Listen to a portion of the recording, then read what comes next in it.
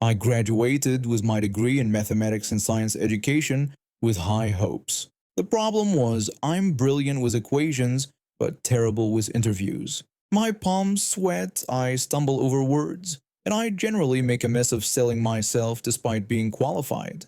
After bombing several interviews, I was starting to lose hope when my former lecturer reached out with an opportunity at a higher education institution. They needed an assistant lecturer for math and science courses, and he'd recommended me. The interview went well, and they hired me on the spot with one condition. I'd work for a year on contract as a trial period, and if I performed well, they'd hire me permanently. I threw myself into the job. By the end of that year, I had earned the highest evaluation score in my department, received stellar student evaluations, and even took on additional roles as department secretary and social development coordinator. Then came the second half of my contract. As I reviewed the paperwork, I noticed something concerning. My contract didn't include the summer term. Essentially, I would be unemployed for 3 months with no warning. I was shocked. My department head, who I'll call Mrs. Pye, and I fought hard to change this, but administration wouldn't budge. Just like that, I was out of a job for the summer. 2 weeks before the full term started, I received a call from Mrs. Pye. She asked if I would be coming back to work with them for the upcoming term. I told her that I hadn't heard anything from the institution since my contract ended 3 months ago. Mrs. Pye told me they already had a timetable prepared for me. That call kicked off an absurd back and forth with the administration. First, they asked me to write a letter explaining why I was upset about not being paid for 3 months. Then they offered to put me back on another contract if I returned. When I tried to get more information, they said I wasn't privy to discussions about my own employment. The final straw was when they implied no other institution would want me, suggesting they were my only option. What they didn't know was that I already had 4 job offers on the table. I accepted a position at another institution with better pay, more flexibility, and actual respect for their staff.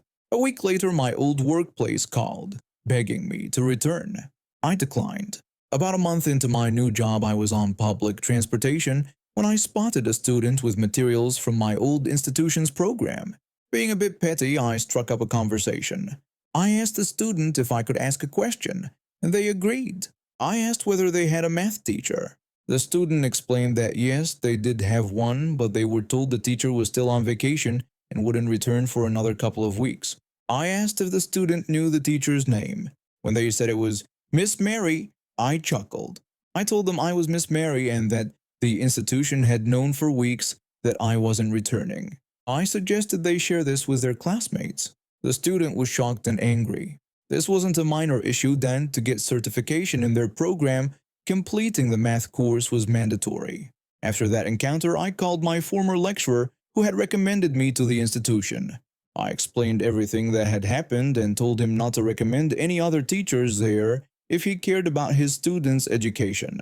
He was angry when he heard how they treated me. Word spread quickly. Students learned there was no math teacher, despite what they'd been told, and many left the program. This created a problem for the institution because the program was subsidized by the government based on student enrollment. With students leaving, they took a financial hit. Midway through the term, the overseas external examination results came in for the students I had taught. They achieved a 98% pass rate, the best result the institution had ever seen for mathematics. The administration called to congratulate me and offered my job back, saying they still hadn't found a replacement. I declined. Because of how they treated me, no qualified teacher would accept a position there. They eventually hired a college student who was taking a semester off because he'd failed too many courses. He lasted 3 months before quitting, and the program continued to decline. The institution lost their government subsidy. Without that funding, they couldn't afford to pay teachers for the other courses in the program. Their reputation suffered. It's been 3 years now, and they still call occasionally asking me to come back. Each time I decline, I remind myself of the value of working somewhere that appreciates my contribution. My dad is a bail bondsman. He helps people get out of jail by posting their bail money. If they don't show up to court, he has to track them down or lose all that money. People often think he's a bounty hunter. He's not. This happened about 2 months ago. We had just finished breakfast at International House of Pancakes. We were driving around town when my dad suddenly slowed the car. I asked what he saw, looking where he was staring. A woman had stumbled out of the wooded area by the road. She was covered in mud and looked weak. My dad recognized her right away. "That's her," he said quietly. He pulled the car over. I recognized her too. She was a client who had skipped court and cost my dad nearly $15,000 in bail money. When she saw our car, she ran toward an old mall parking lot nearby. This mall was almost empty, built back in the 70s with most stores closed down. My dad parked and told me to stay in the car, but I followed at a distance. She was hiding behind a parked car. The woman was in terrible shape. My dad told me later she smelled bad and was high on something. She had been hiding in the woods for 2 days. A police car pulled into the lot. The officer was a friend of my dad's who was off duty but had his squad car. When the woman saw the police car, she tried to run again, but my dad grabbed her shoulders and brought her to the ground. That's when a fancy SUV drove into the parking lot and a woman jumped out. The woman yelled at them, asking what they were doing and telling them to get off the other woman. My dad asked her to step back and told her this was police business. A second woman got out of the SUV, recording everything on her phone. She told them they were recording and accused them of assaulting people. The police officer tried to explain he was a police officer and that the woman had skipped bail. The first woman interrupted him. She told him he was lying, that he wasn't a real cop, and that wasn't a real police car. The officer tried to show his badge, but the woman pulled out a taser from her purse. The officer told her to put it down. Both my dad and the officer drew their guns. The woman screamed and jumped back into her SUV, still holding her taser.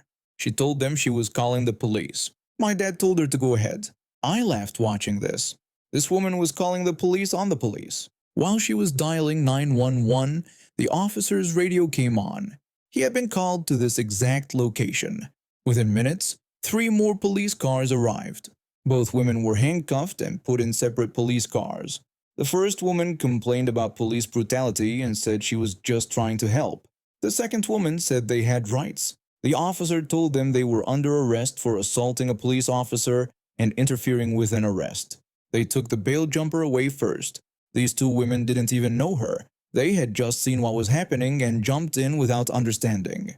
My dad and I went to the station to give statements. On the way there, he laughed and said in 20 years as a bail bondsman, this was a first. Later, both women were charged with assaulting a police officer, interfering with an arrest, and having an illegal weapon. The taser wasn't legal in our state without a permit. The bail jumper got a lighter sentence than them. The second woman had uploaded part of the video to social media before the police took her phone.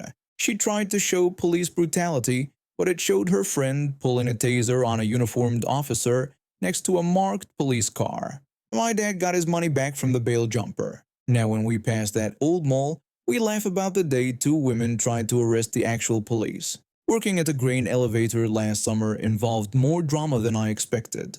I was hired as a loader at a small outbound facility where we wrapped up the wheat harvest and loaded shipping trucks. It was just me and my boss. I loaded trucks, he weighed them, and signed off on shipping tickets.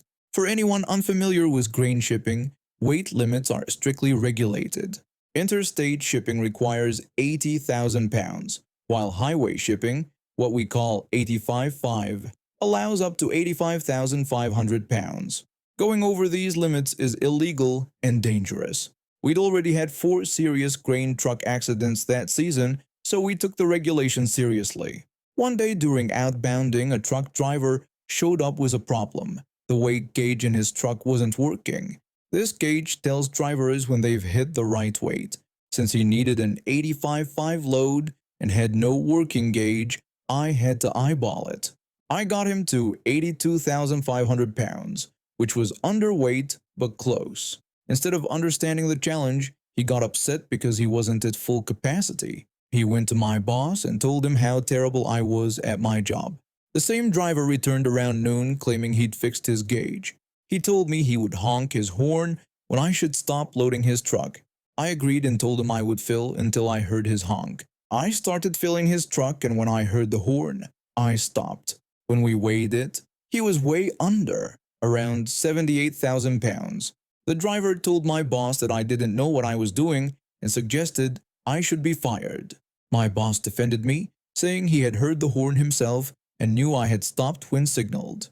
We filled his truck again, this time reaching 83,000 pounds. He complained more but eventually left with his shipment.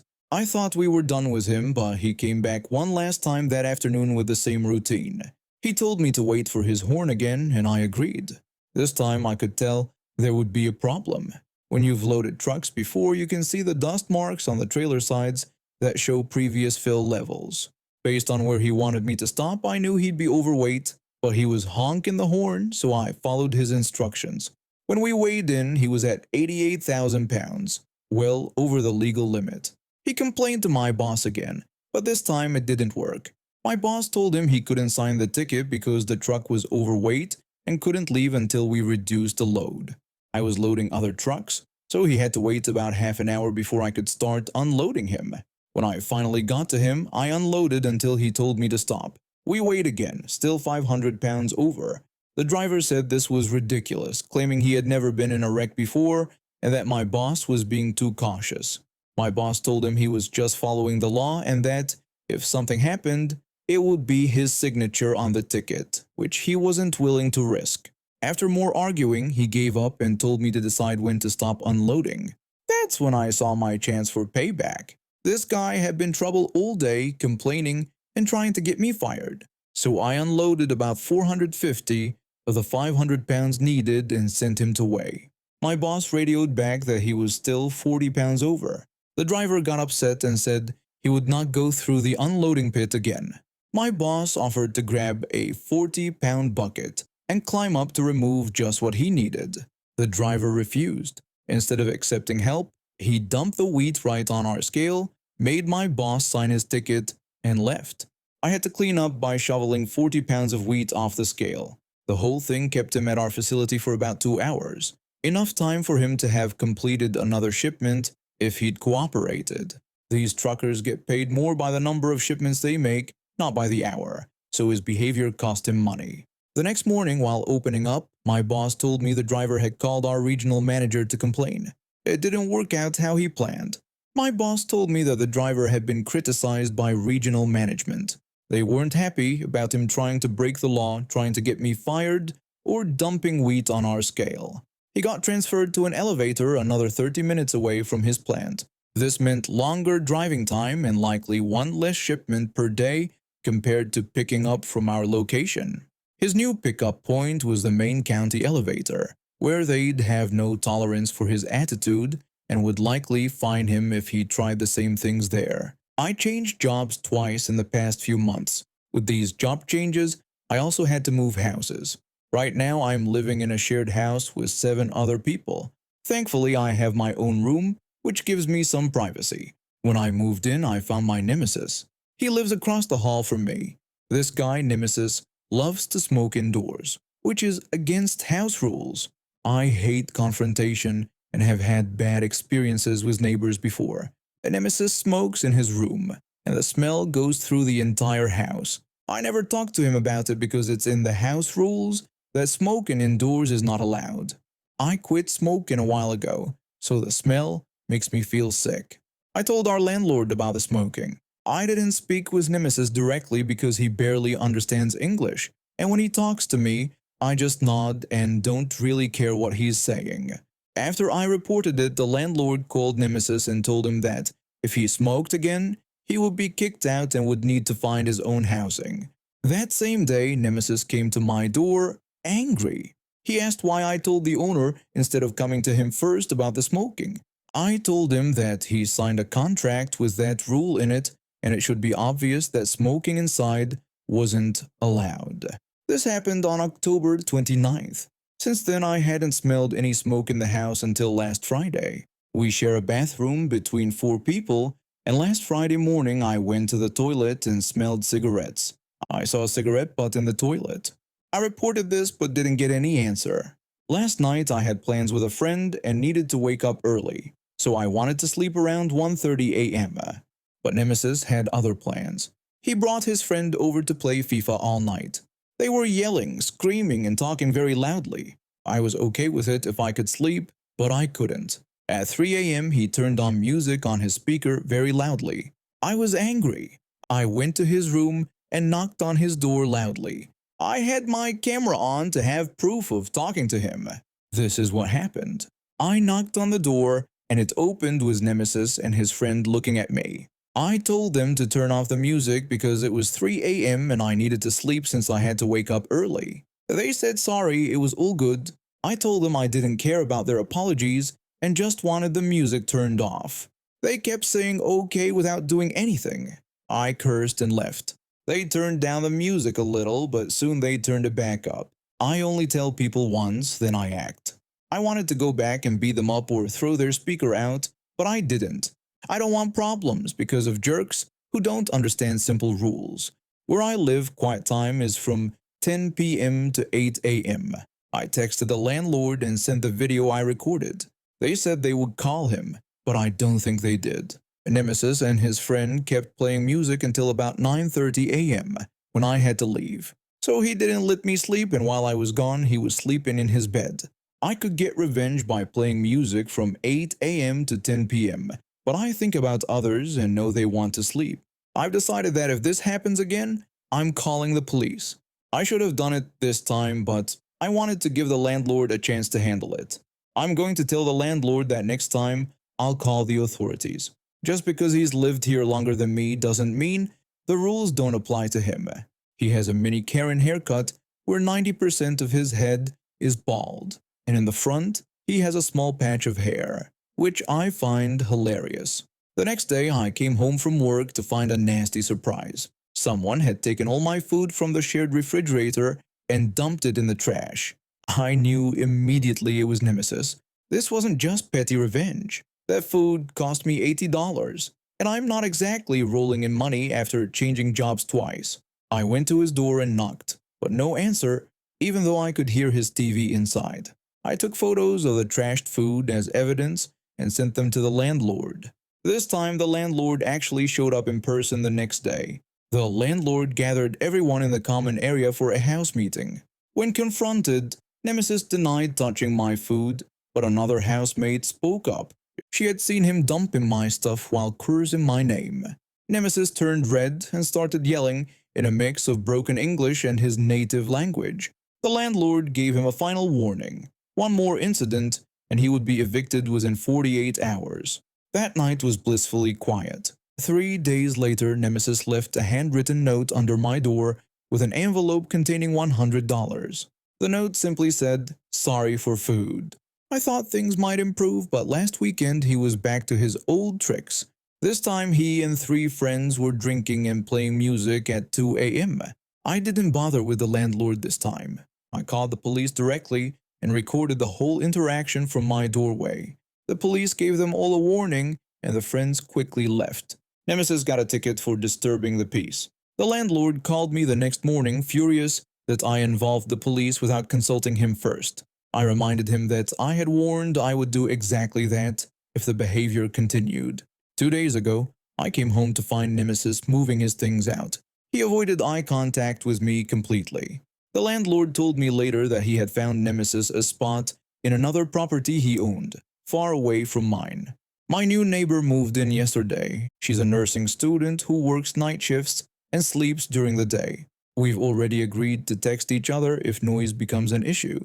The house is finally peaceful, and I can actually sleep through the night again.